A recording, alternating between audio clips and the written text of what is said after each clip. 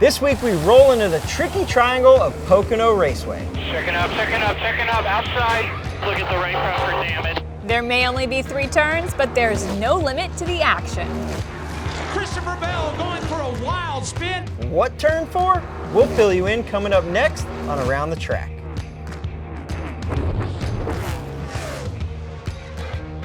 Welcome to Around the Track, presented by Moultrie Mobile. I'm Kim Coon alongside Ryan Flores, and another weekend of another driver breaking a winless streak. We saw Alex Bowman in victory lane at the Chicago Street Course, and I don't think anybody had that on their bingo card. One thing I did have on my bingo card is rain. It is the summer of rain, another rain delay, another long day, but yes, it opened up opportunity for that 48 team to punch their ticket into the playoffs, and it was an exciting race. Yeah, good job to Blake Harris getting his first win as a Cup crew chief, but I think maybe the more shocking thing was the 2 favorites, Shane Van Gisbergen and Kyle Larson, out of the race. Yeah, that was a bummer on Sunday, but we did get to see a lot of action from those 2 on Saturday, so there was a ton of fun things that went on in Chicago before the rain came, and a lot of action once it was wet. Yeah, and it's going to be another fun week as the Cup Series heads to Pocono Raceway, but there's going to be racing action all over North America. There's a ton of action north of the border this weekend. One thing I got my eye on is Weekend Speedway Thursday at 9:30. NASCAR Canada is on dirt. Kenny Schrader and Chase Briscoe are going to be competing in that. As we talk about racing in Canada, IMSA at Mo Sport, we're going to see Joey Hand in that race, and man, we got to give him some kudos for what he pulled off at Chicago. Won Stage 2, had a career best finish of 4th, the best of the RFK cars for the weekend. Yeah, as that timer was clicking down, he was leading there late. I was like, man, Joey Hand might steal one here, but always exciting when you are not a Cup regular and you can put your car in tech at the end of the day. So I saw those guys tearing that thing down. I'm sure they were proud of that top 5 effort. Yeah, also excited to see IndyCar at Iowa since the repave.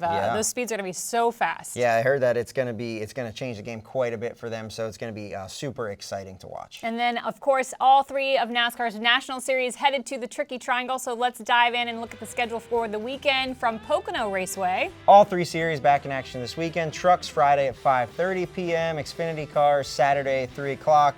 And all leads us to the Great American Getaway 400 Sunday at 2:30 for the Cup Cars. Kim, this is one of my home tracks, one of my favorite race of the year because it's close to New Jersey where I grew up. I'm excited to get there. You mentioned one of your home tracks. Ryan Truex back in the JGR car. It's one of his home tracks as well. Yeah, I feel like being in New Jersey, you're like at a weird spot because you're in between Dover and Pocono, and then you sprinkle in all the racing that Martin did at New Hampshire growing up. So it's almost like the Truexes have 3 home tracks. He was able to get a win at Dover, Ryan, that is. Let's see if he can get one at Pocono this weekend. Yeah, we also have Corey Heim in the field, Tay Gray, William Byron, Josh Berry's going to be in the 15 car for AM Racing. His crew chief, Rodney Childers, is going to go over to Spire to be with my buddy, Corey LaJoy, on the 7 car, and Noah Gregson. He's going to be over at Front Road Motorsports, so excited for him to join them. All the Stewart-Haas chips are starting to fall. Yeah, silly season has started. It's in full effect for sure. Yeah, Rodney, though, has crew chief some wins at Pocono Raceway, but let's take a look back at the last handful of years who ended up in victory lane.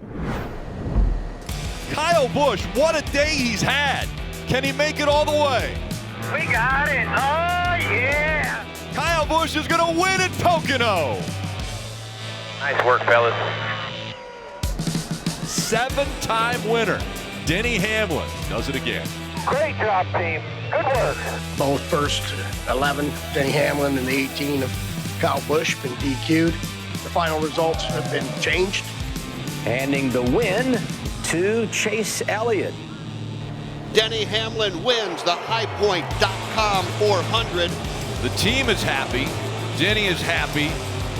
The crowd might not be.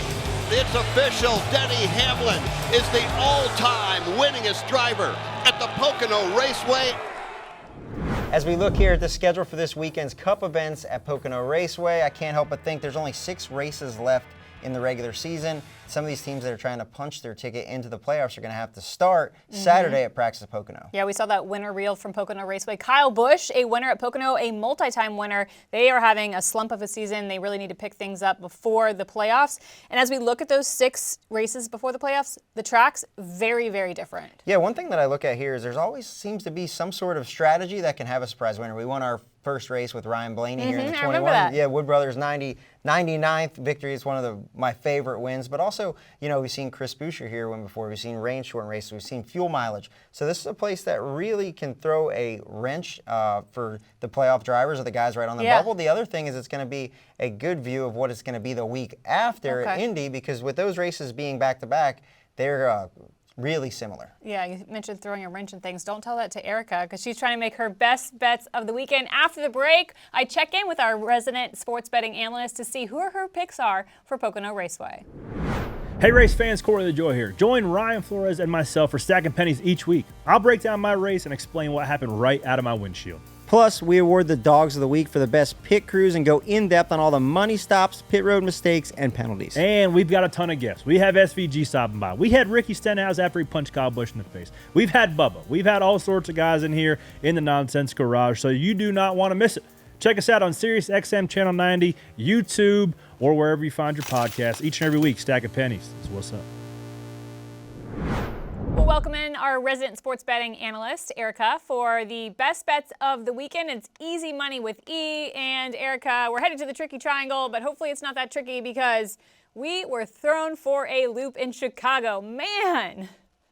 Chicago did this year exactly what it did last year. Even though I predicted that it would be a lot different, it was the same race as far as unpredictability and craziness. I'm going to say this. Here's my thing. I want every sports book to start offering us a market for rain delay, because the past few weeks, rain delays, overtimes, I'm just like, yes, give us a rain delay option, please, sportsbooks. Are you listening to me? Yeah, that would be a very safe bet to bet on rain on a NASCAR weekend. All right, let's dive right in to the Pocono bets, and we'll start with winning manufacturer. Okay, so for my winning manufacturer, I'm going to go Toyota minus 105 to be the winning manufacturer. And that's basically, Kim, because JGR has really ruled at this track. They've won 6 of the past 9 races at Pocono. But even more specifically, JGR swept the podium last year with Hamlin, Reddick, and MTJ finishing first, second, and third. Now, going back to my comment about unpredictability, if you want to throw a little bit of money on, let's say, Chevy or let's say Ford, because they have the longest odds at plus 440, absolutely do it. We never know what we're going to get with a NASCAR Cup Series race, so I would not be mad if you did that. But for the best value when it comes to Toyota, if you don't want to do the minus 105, you can definitely do JGR specifically to be the winning team at plus 130 if you want better value. All right, we've talked winning manufacturer. You even mentioned teams, but let's talk drivers. What are the E's top picks for the weekend? E's top picks for the weekend are Seabell as a top 3 finisher. We're going to go Byron as a top 5 finisher. We're going to go Bubba Wallace as a top 10 finisher. Let's just go back to Seabell first as my top 3 finisher. Christopher Bell and the 20 team have quickly become one of my favorite teams to root for as a fan. And then honestly, as a bettor, one of my favorite teams to back. Now, Christopher Bell's odds are not always on the longest side because, he's a rock star. But there's, typically a place where you can find some good value in Seabell, even if you have to dig for it. And if it's on the shorter side, sometimes you've got to see one go through the hoop, and Seabell can typically give you that. So he's my top 3 finisher, plus 220. That's a very reasonable wager. Moving on to Byron as a top 5 finisher at plus 120. He led 60 laps here last year at Pocono. No, he does not have a win here in the Cup Series, but he does have a Truck Series win. I don't think Byron finishing in the top 5 is too crazy of a thing to happen. So plus 120, Byron top 5 finisher. And then Bubba Wallace as a top 10 finisher at plus 160. He's got 6 top 10 finishes on the season. And we've had this conversation before, Kim. We've talked about how basically Bubba's in a bind. He basically needs a win to get in if he wants to have back-to-back playoff appearances. And it's now or never for him. Pressure's on Bubba. So I'm going to back him at plus 160 to be a top 10 finisher. I also think that is something that we could see this weekend. Okay, some really good choices there. Now let's look at the head-to-head bet for the weekend. Who's up against who? For my head-to-head, I got the head-to-head between Kyle Busch and Ross Chastain. I'm going to back Ross Chastain to win the head-to-head over Kyle Busch, and that is despite the fact that Kyle Busch runs really well at this track. And I know I've been on this Fade Busch campaign, as many of you on Twitter have been as well, and rightfully so, but he bit us in the butt last week by finishing in the top 10. But a broken clock is right twice a day. So we're going to fade him again this week.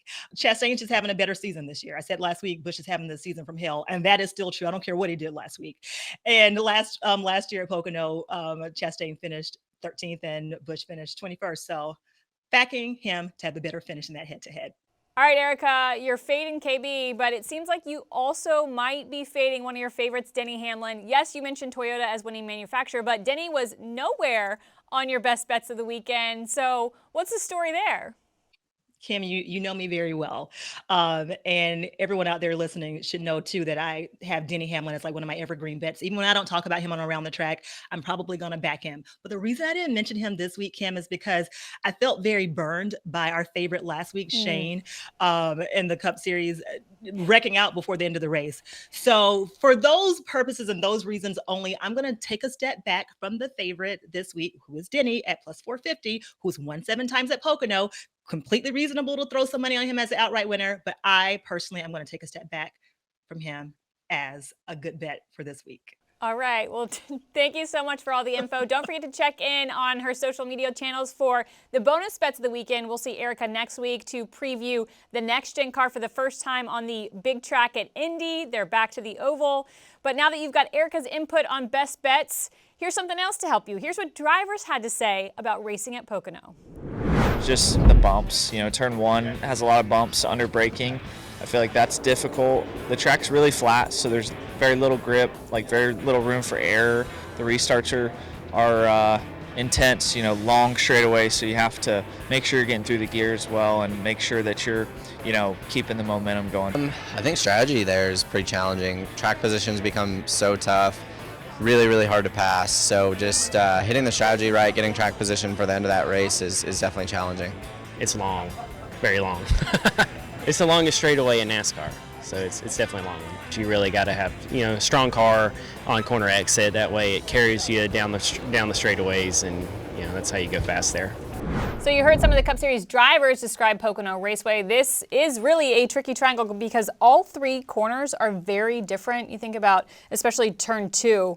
The bumps over the tunnel turn, and then turn 3, I think maybe the most important corner. It's long, it's flat, it's sweeping, and it sets you up for the longest straightaway on the circuit. Well, we see on the restarts, turn 1 be super important because the guys are 3 wide. You have to be able to get through there too. So your car needs to be set up for this basically 3 different racetracks, and then you have to have the speed down the straightaway as well. So it is, like I say, they don't call it the tricky triangle for nothing, but the one thing that's getting tricky for some of these guys on the hot seat is that there's already 12 winners this year, and we've got 6 races left, so we could get to that 16 winner mark. Yeah, we've seen 5 or 6 drivers now break long winless streaks, and there are a handful that could be added to that list. And especially as you look at the races that are left before the playoffs, I mean, Pocono, it could be a fuel mileage race, something could happen there. Same with Indy, Daytona's in the mix, and as you look at some of those driver names, Ricky Stenhouse Jr., Bubba Wallace, Eric Jones, Justin Haley, Chase Briscoe, Austin Dillon, any of them could potentially win at some of these tracks we still have to go to. The one that sticks out to me, and it might be a little bit of surprise to some people, is Justin Haley. They have had a ton of speed.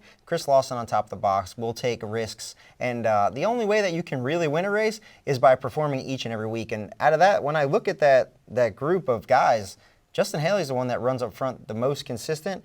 And I look for those guys to maybe break that 125 race winless streak. Yeah, some people might be surprised by Justin Haley. One driver, though, that is not surprising anyone with the speed and performance that we have seen from him this season is Nick Sanchez. He'll be taking the track on Friday in the NASCAR Craftsman Truck Series.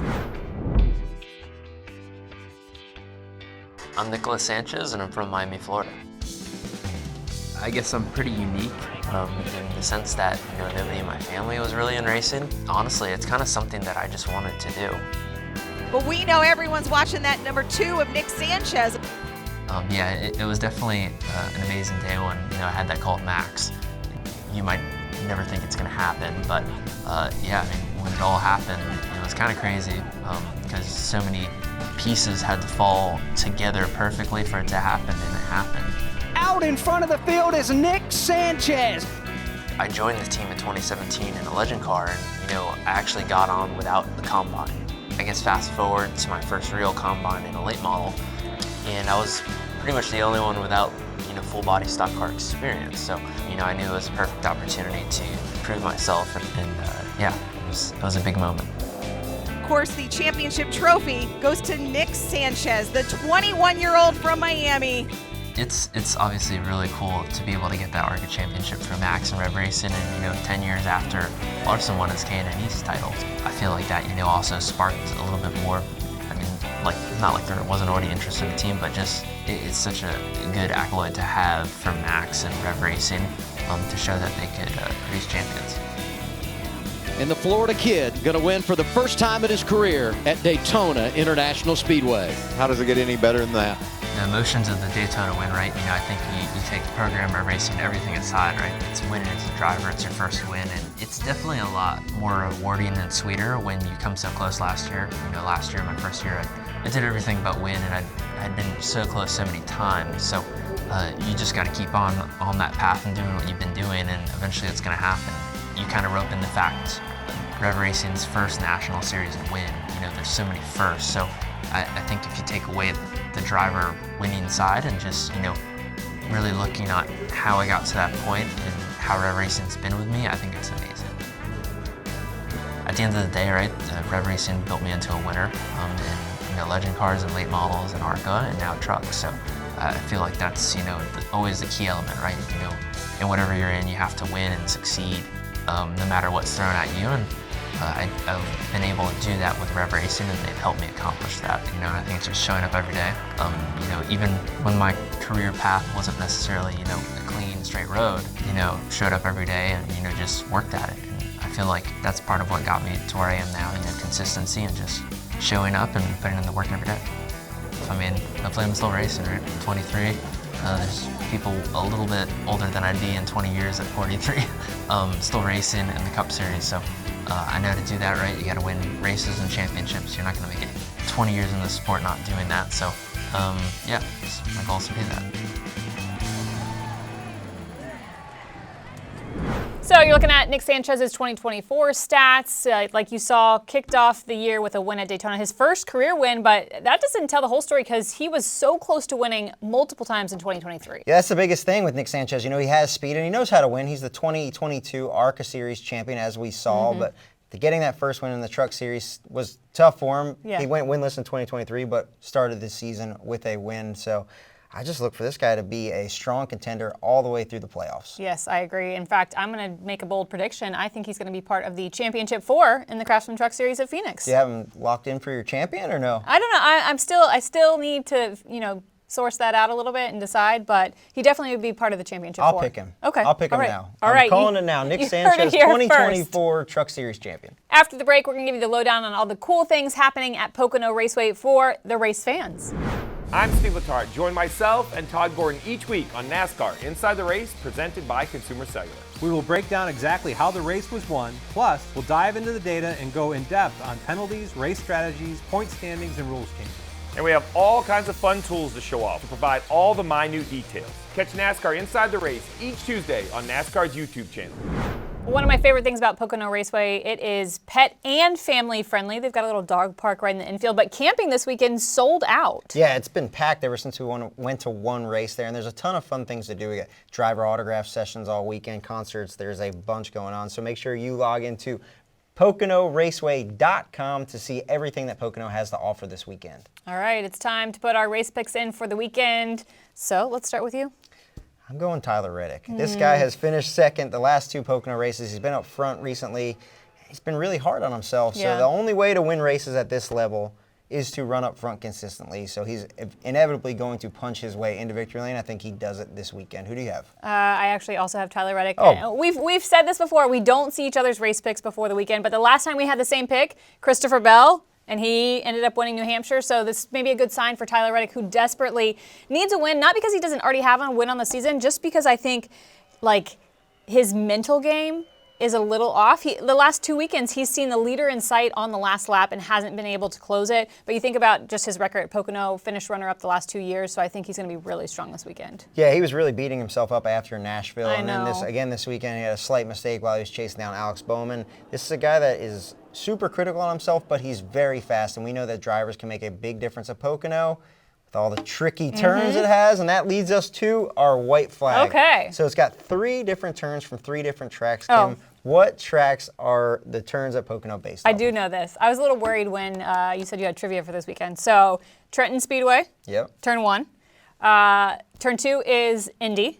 And turn 3 is Milwaukee. Let's go. Yes, that's what makes Pocono so exciting, is that when the Mattiolas built the track, that they kind of modeled after Trenton in New Jersey. Yeah, one of you're my home familiar tracks with had that. a reverse dog leg in it, and then Indy, obviously iconic, and the Milwaukee Mile was one of the premier racetracks back when this one was built. So it makes this place really challenging to get around and really hard to win, so we will see who wins this weekend. Yeah, we appreciate you tuning in to Around the Track. Next week, we get to set up the debut of the next-gen car at the Indy Oval. Yes, and it's a crown jewel. They're giving away a ring at the end of that race, so I'm excited to get the Indy. Make sure you tune in back here at Around the Track to hear everything Brickyard 400.